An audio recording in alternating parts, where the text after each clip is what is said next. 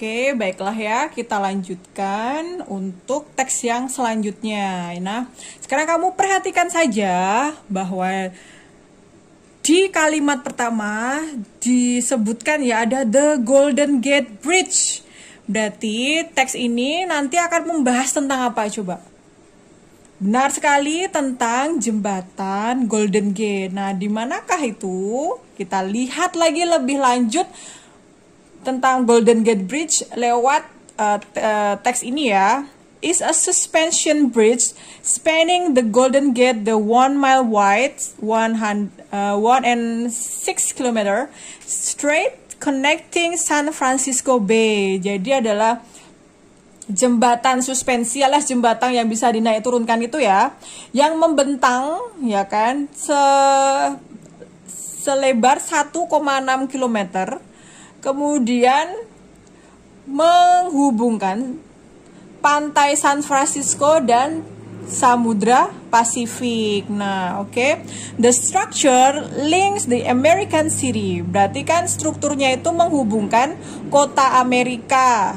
Bagian San Francisco, California, the northern tip, ujung utara ya, ujung utara Tanjung San Francisco ke County Marin dan juga rute 101 dan rute 1 dari ibu kota California menyeberangi selat itu. Ya, berarti yang paragraf pertama itu pengenalan ya, pengenalan dan juga struktur dari The Golden Gate Bridge ya. Kemudian paragraf kedua ya, kita langsung lihat kalimat pertamanya untuk menemukan maknanya. The former travel guide, nah panduan wisata yang paling baru ya, menggambarkan bahwa jembatan Golden Gate ini possibly itu berarti kemungkinannya paling cantik ya. Paling cantik, terutama ya paling jembatan yang paling photogramable, nah, kan paling bagus kalau difoto di dunia. Nah, kemudian setelah itu pada waktu pembukaannya di tahun 1937 itu merupakan the longest ya and the tallest, berarti yang paling panjang dan yang paling tinggi ya jembatan suspensi di dunia. Tapi sekarang itu tidak lagi karena mungkin sudah ada jembatan-jembatan yang lain, tapi tetap dia itu menjadi jembatan tertinggi di Amerika Serikat. Berarti yang paragraf kedua itu tentang jembatan Golden Gate sekarang ya. Kenapa kok dia itu digambarkan sebagai jembatan yang paling cantik di dunia? Oke, yang paragraf ketiga ya. Before the bridge was built, nah sebelum jembatannya itu dibangun, hanya ada rute yang paling pendek, yang paling praktis ya di antara San Francisco dan sekarang disebut Marin County, yaitu dengan perahu ya kan. Berarti yang paragraf ketiga ini adalah keuntungannya adanya Golden Gate Bridge ini. Oke, kita lanjutkan paragraf keempat. The color, nah ini warna jembatan itu resminya itu warna oranye ya, yang disebut juga oranye atau jingga internasional. Nah, kemudian the color, warnanya itu dipilih ya dengan konsultasi ke arsitek Irving Morrow. Nah, kenapa kok warnanya oranye? Karena itu menjadi pelengkap ya, menjadi pelengkap dari keindahan alam dan meningkatkan ketajaman jembatan. Nah kan, ketika ada kabut. Nah ini berarti paragraf keempat adalah alasan kenapa kok memilih warna oranye untuk mengecat ya. Ya, untuk jembatan ini. Oke ya. Baiklah, kemudian langsung kita bahas ya. Tapi sebelumnya Misus hampir lupa lagi. Kira-kira kalau tentang Golden Gate Bridge berarti teksnya tentang, iya, descriptive text. Oke, benar. Descriptive text. Oke, nah sekarang gampang karena kamu sudah tahu isi dari teksnya. Nomor 14 mudah banget ya kan? The topic, what is the topic of the text? Berarti yang ditanyakan adalah gambaran umumnya. Nah, berarti kan kata yang sering muncul yaitu apa? Golden Gate Bridge. Tapi kalau di sini coba kamu lihat nomor C, Golden Gate Bridge. Kalau kamu jawab C ya, the suspension of Golden Bridge. Apakah tadi yang dibahas itu suspensinya? Enggak kan? Tentang apanya? Ya benar, tentang jembatan, tapi jembatan yang paling menjadi simbol ya di San Francisco. Benar, berarti jawabannya yang B. Nah, oke. Good job. Sekarang kita lanjutkan. Nah, ini tadi nomor 15 ya. What is so special? Ya kan, special itu istimewanya tadi. Istimewanya tentang jembatan itu tadi, ya kan? Nah iya, selain dia itu yang paling tinggi ya, jembatan paling tinggi di Amerika Serikat, tapi juga apa tadi yang paling menonjol ya, paling mencolok tadi apanya? Oh iya benar, orange color ya, complements the natural surroundings, ya benar sekali ya. Jadi warna oranye tadi sehingga paling cetar gitu kan, kalau ada kabut gitu tetap bisa terlihat jembatannya. Jadi kalau perahu lewat tuh nggak blur gitu kan. So jawabannya 15 yang C. Oke, kita lanjutkan ya. Nah, masih tentang Golden Gate Bridge ya.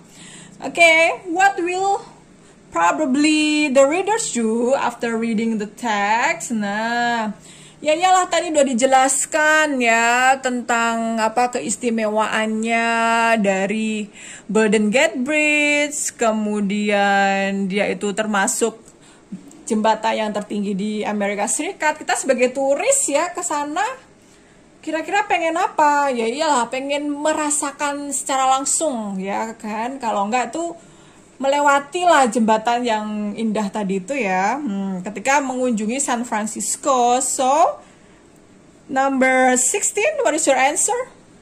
Kita lihat ya dari A, pass by the bridge on the visit to San Francisco. Apakah benar melewati jembatan itu ketika berkunjung ke San Francisco? Benar sekali. Yes, number 16 is A. Ya sudah, kalau udah ketemu jawabannya, kita lanjut ke teks yang selanjutnya, oke? Nah, yang penting kalau Misus adalah kamu tahu makna teksnya ya, isi dari teksnya apa. Jadi mau diganti apapun soalnya, pasti kamu bisa menjawab, oke?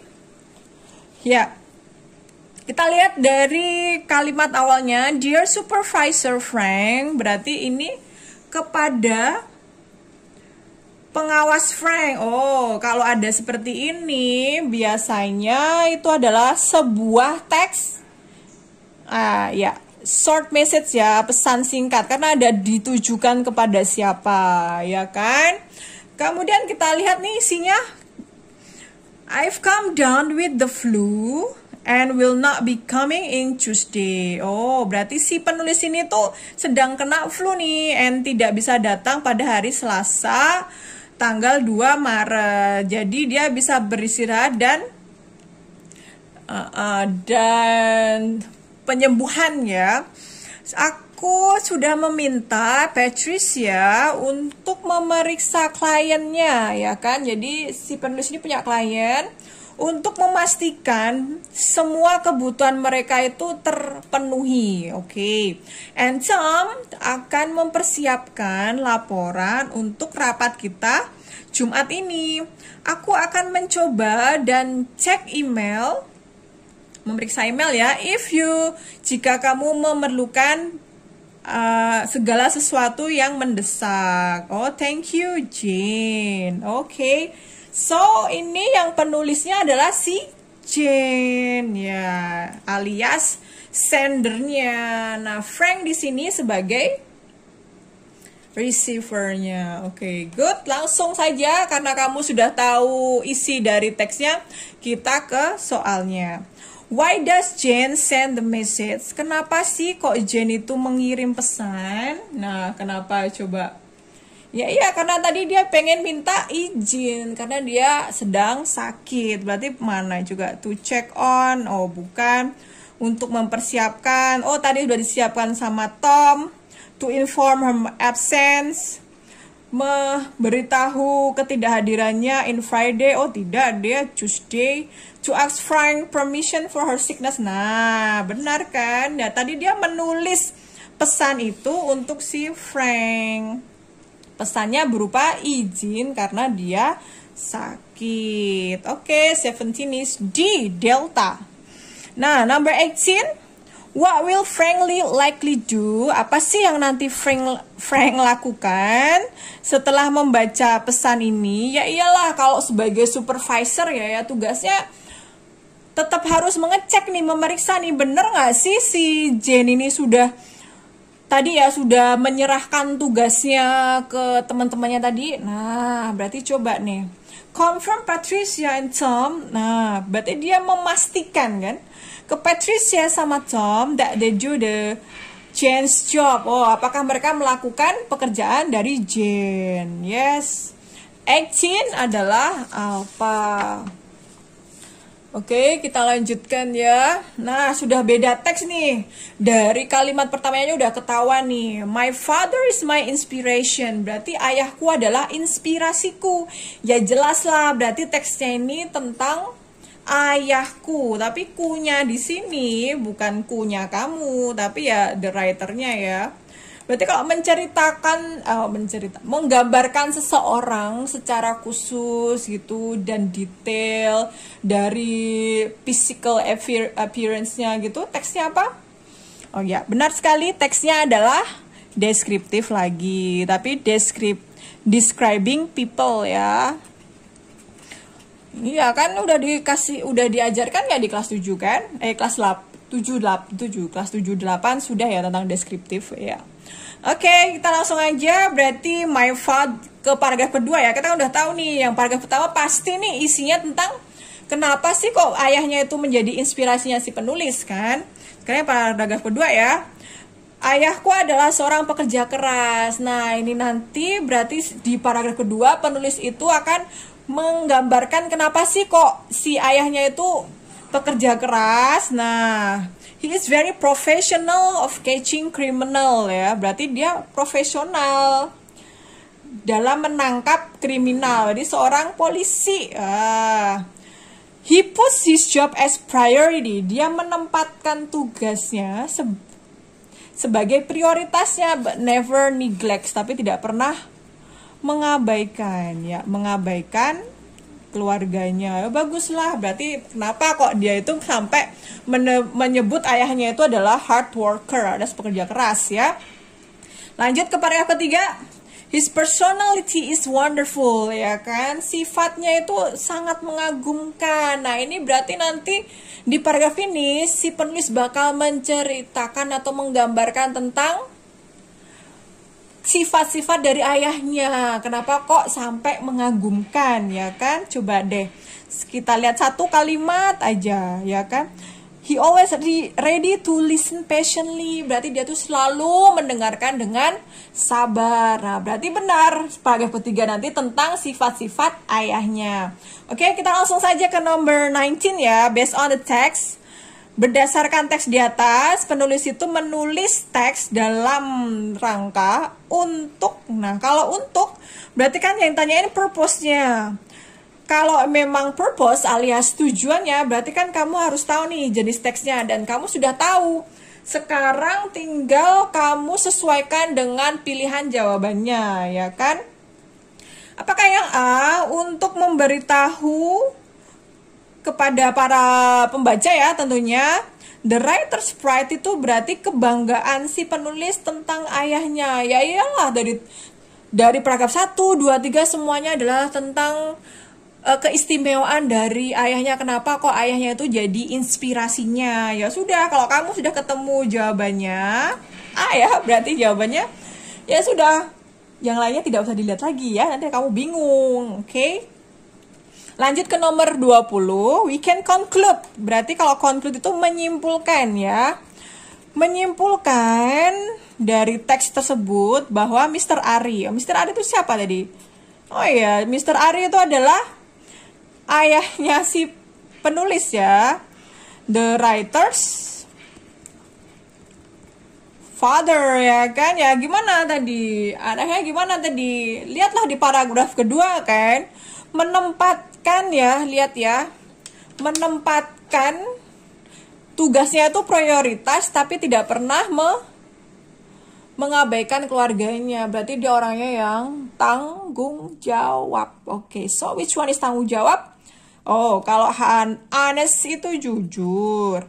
Kalau humble itu rendah hati. Kalau generous itu dermawan. Nah, kalau responsible, tanggung jawab. Berarti yang mana? Oh ya, sudah benar jawabannya yang delta. Oke, good job ya. Masih tentang my father is my inspiration. Okay, and much discipline but not so strict. Strict itu berarti kaku gitu loh, kaku atau enggak apa ya? Kalau sudah dia tuh kalau udah bilang A ya A aja gitu, udah nggak bisa lagi deh ditawar-tawar gitu, itu namanya kaku ya, strict. Oke, sekarang kita berarti lihat apa sih yang tanyain has similar meaning to. Berarti kamu disuruh mencari persamaannya. Nah, persamaannya dari strict apakah authoritarian itu berarti kan tegas ya, alias tadi ya punya prinsip tadi, atau fleksibel itu lentur, perfect itu sempurna, ini pengennya semuanya serba 100% itu berjalan dengan baik, itu sempurna ya. Tight itu berarti ketat, masa ketat ya, ketat maksudnya untuk apa ya, untuk baju, untuk apa itu pakai tight, atau erat ya, erat. Jadi yang mana nih? Oh ya, oke. Yang paling mendekati ya persamaannya dengan strict adalah authoritarian. Yes, otoriter ya. Tapi bukan otoriter dalam hal yang negatif ya, tapi yang positif. Oke, kita lanjut ya. Next, oke, teks pendek lagi. Berarti bukan deskriptif dong, karena teksnya pendek. Yes, teksnya apa? Short message. Kok tahu, Miss? Ya tahu dong, udah baca. Makanya baca ya. Ya ada dear-nya, jelas kalau ada dear students. Kemudian teksnya pendek, ya udah itu berarti short message ya. Terus ada penulisnya juga, ya kan? Oke, kepada para siswa, aku mempunyai tugas sebagai juri. Jadi aku tidak mampu atau tidak bisa untuk masuk kelas hari ini ya. Ada tugas yang harus kamu posting, dan tugas itu sudah sudah gurunya ini tulis ya di papan tulis. Nah, harus diselesaikan di mana? Oke, pada hari Kamis ya. Selamat Hari Veteran, ya kan? Aku harap untuk bertemu denganmu semua di hari Kamis itu, oke? Berarti si guru tidak bisa datang, ada tugas diselesaikannya hari Kamis ya, terus mengucapkan selamat tadi, oke? Good. So, who is the sender? This one, ini gurunya ya. Ibu Jen itu adalah sendernya, oke? Nice. Mungkin lewat chat ya dia. So, what will the students probably do? Mungkin kalau para siswa sudah membaca pesan ini harusnya ya. Ngapain coba? Lah iyalah yang mengerjakan tugas dong. Kan sebagai siswa juga kan mengerjakan tugas dari gurunya. Yes, para siswa mengerjakan tugas yang diberikan. Iya. Satu, selain kamu dapat ilmu, kalau mengerjakan tugas juga kamu akan dapat nilai. Nah, oke. Don't worry, pasti kamu dapat ilmu ya. Oke, good. Selanjutnya nomor 23 ya. Dear Miss Tania. Waduh, dear lagi berarti Teksnya apa? Iya dong, teksnya adalah short message ya. Oke, short message. Nah, kepada Miss Tania, langsung saja ya kita lihat isinya tentang apa sih. Aku menulis pesan ini untuk meminta izin kamu untuk, bukan kamu ya, meminta izin Anda ya. For my daughter, di sini ada daughter tuh berarti untuk anak perempuan saya. Berarti ini yang nulis mesti orang tua ya kan? Marsha nama anaknya. Dia tidak bisa mengikuti kelas Anda pada tanggal 12 Februari karena dia harus menghadiri pemakaman neneknya. Tolong berikan dia catatan yang mungkin dia ketinggalan dan mungkin tugas yang dibagikan. Jadi, Marsha tidak akan ketinggalan pelajaran. Terima kasih untuk waktu Anda dan pemahaman Anda. Sincerely, Patrice. Patrice itu berarti, iya, ibunya si Marsha ya. Ini berarti orang tua murid ya. Ya, orang tuanya. Kemudian WA mungkin ya ke Miss Tania. Ini berarti teachernya. Oke. So, the above message is written to. Ada to-nya lagi. Berarti yang tanya ini purpose. Berarti kamu harus tahu jenis teksnya. Ya iyalah. Ya, lihat aja kalimat pertama yang tadi kan meminta apa sih? Meminta izin. Ya udah, berarti mana tuh? This one. Ya, benar sekali. Meminta izin ya untuk meninggalkan kelas, ya kan? Pada tanggal berapa tadi? 12 Februari. Oke, good.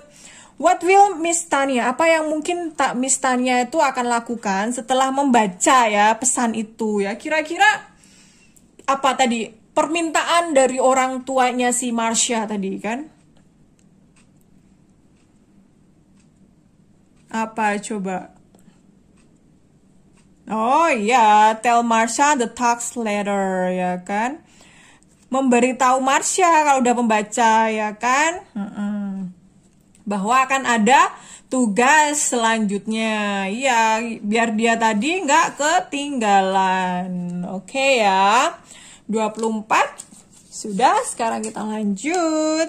25. Nah, ini nih salah satu dulu itu adalah artis yang paling terkenal ya, termasuk yang terkenal ya, sampai filmnya ada banyak ya. Kamu harusnya tahu nih Emma Watson ya. Misus ini aja ya. Oke ya. Misus singkat namanya Emma Watson atau Emma Charlotte Dwyer Watson ya kan? Ya, di situ ada picture-nya kan? Udah tampil ya. Emma Watson itu lahir di Paris tanggal 15 April 1990. I'm sorry. Her nickname, nama panggilannya itu Emma. Kemudian dia itu adalah anak dari ini ya, Chris Watson dan Jacqueline Lesby. Berarti paragraf pertama itu tentang apanya ya? Pengenalan dulu ya kan, pengenalan dulu siapa sih Emma Watson itu. Nah, itu di paragraf pertama. Sekarang paragraf kedua nih, Emma Charlotte Dwyer Watson, Emma Watson susah ya namanya, adalah artis Inggris yang apa ya?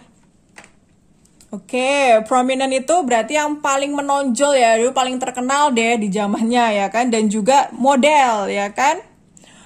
Model yang mulai karirnya di Hollywood ya kan, dan playing role Hermione Granger. Nah, masih inget dong filmnya Harry Potter.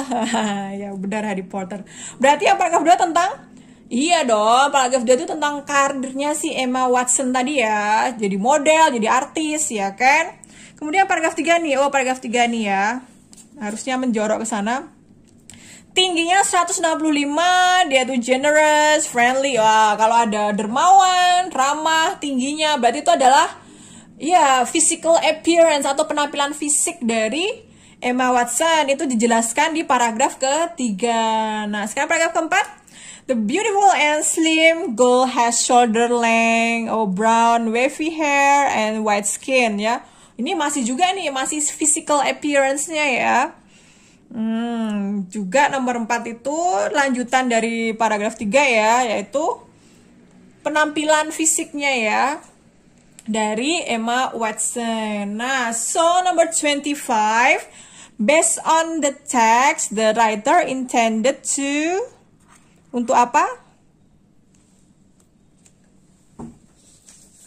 Iya, ini kan berarti yang tanyain purpose-nya, lihat tujuannya ya. Berarti tujuannya untuk apa? Nah, kamu harus tahu jenis teksnya. Coba apa kalau yang tentang Emma Watson atau artis yang terkenal itu, berarti yang menggambarkan tentang artis yang terkenal berarti iya dong, deskriptif ya, deskriptif teks.